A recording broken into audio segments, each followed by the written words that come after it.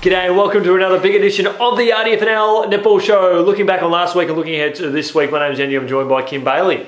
Thank you. Nice to be back again. Missed a couple of weeks and heading right into the last game of the season. And it's this week will shape how the finals are going to look. It's really exciting. Absolutely. One of the big talking points from last weekend in the RDFNL Netball circles was Romsey's 51-46 win over Diggers Rest. Yeah, look, Diggers have just been flying along. I think they're a team that's sort of gone under the radar. They're sitting sixth, but they could get in and do some damage. Now, they're most probably likely to roll up against Lansfield, which will be in the first final if things go to plan this week.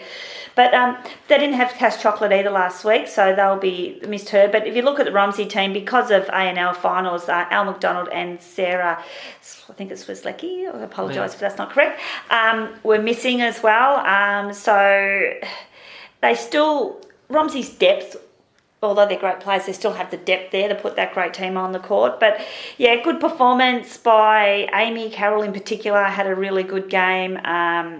Maggie Payne's been playing well, and Elite Marco Rawlings, I think it is, 75%.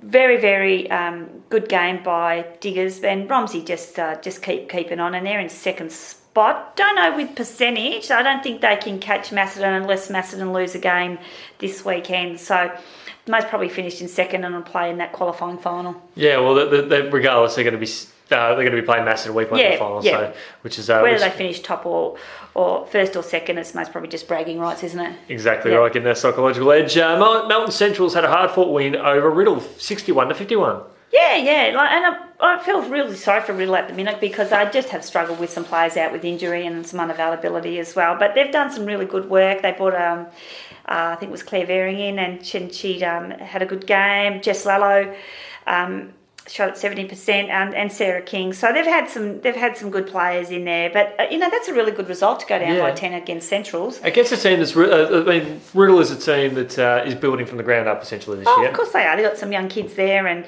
Brianna DeHaas is a great young player. Kira Baldwin, and then. They've had the luxury to bring a couple of other girls in as well.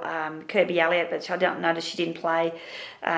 Chloe Coffins came in. She's been a VNL player in the past, and Sarah King as well. So they're a young team, but they're doing really well. Have a look at Melton's Central's goaling stats. Beck Morabito has just had the most magnificent season. She just keeps getting better and better, that lady. She shot at 86%, and Rita White-Kate shot at 85%. So, it's really hard to when a team shoots 85%, it's... And there were hard conditions too, Kimbo, because when we talk about the wind's been a bit of an issue in recent weeks, but it was an issue again on the weekend too. Yeah, and most probably it's going to be this week. It's most probably going to be really cold, and so that's why we have our AFL Goldfields beanies that we can put on now, Yeendy, and keep nice and warm. Nice. So if you see us walking around the AFL Goldfield staff, that's what we've got to keep us nice and warm when it's blowing a gale up there. So it's supposed to be snowing on Monday. That's the forecast. So look out. Gosh, but so it's. Yeah, it's an interesting team. And I think Eliza Allen, she's had a hard season now. I think all her hard work in putting her faith in the young kids will pay off in the future. Definitely right. Just quickly go over the other results. Rupertswood 57 defeated Winneheska 23. Lansfield 77 defeated Sudbury Kangaroos 43. And Macedon 63 defeating Rockbank 31. I wouldn't be too surprised with those results. No, and a great day apparently up at Woodend. They had a day raising money for the Team Lily Foundation for young Lily DeHaas, and raised a lot of money, and the girls all wore pink socks and celebrated. So thanks to Woodend and Rupo for getting behind the cause. It's something that the RDFL's been really passionate about. So,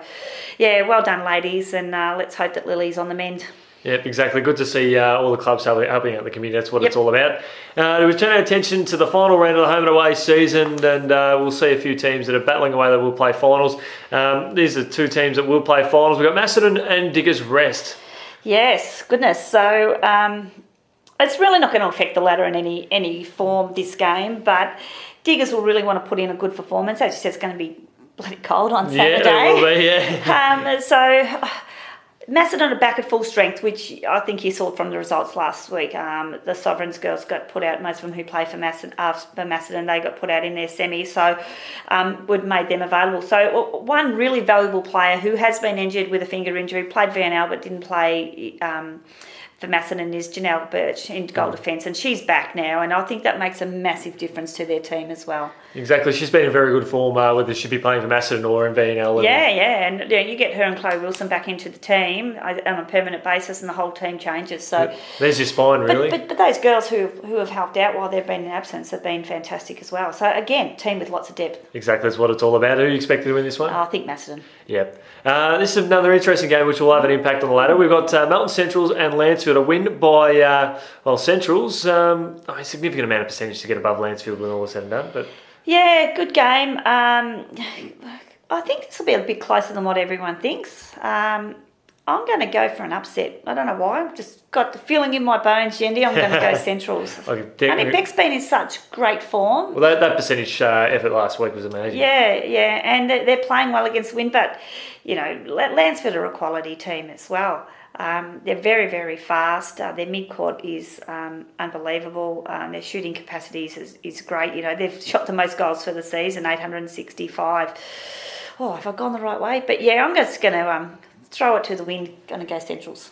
Should be a good game. I'm going to go jump on the Tigers bandwagon. Another massive game, Romsey and Riddle. And given Riddle's form last week, which was relatively impressive against the finals bound side, Romsey might just have to jump on or play some of their best. Yeah, look, they're most probably struggling again, Riddle, I think. But Romsey have got 3 players out because Amelia Brock will be out too. So congratulations to Sarah L and Millie, who are all playing in a VNL Championship Grand Final against each other this week. So congratulations, girls. That's a fantastic effort. So those 3 girls will be out.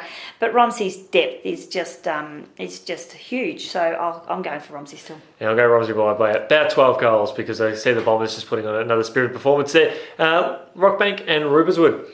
Yeah, Rockbank's probably the most improved team of the year. Just everything about that club has turned around, and it's great to see. It's what can happen in the space of 12 months is amazing. But Rupo's young kids have just been exceptional. I think what Di McCormack's done with them is amazing as well. I think Rupo. Yeah, and even a win here by the Sharks. I can't see them that changing their ladder position. I could see them just sitting in 4th and setting up a date with Melton Centrals, regardless of what happens with the result against the Tigers. In the final game, which I think would be more interesting than maybe what's happening up the top, we've got Woodend Heskin versus Sunbury Kangaroos. Yeah, look, Sunbury Kangaroos had a little bit of trouble getting a team on the court for a little while there, but the Vaught sisters have been in amazing form. And if you look at last week's results, I think they still shot 43 goals. Great effort. But, Woodend have got a lot of young kids as well who have done a great job. I'm going to go, again, with another bit of an upset. I'm going to go Kangaroos for their first win. Again, the romance in the romantic inning. It's just that time of the year with finals around the corner.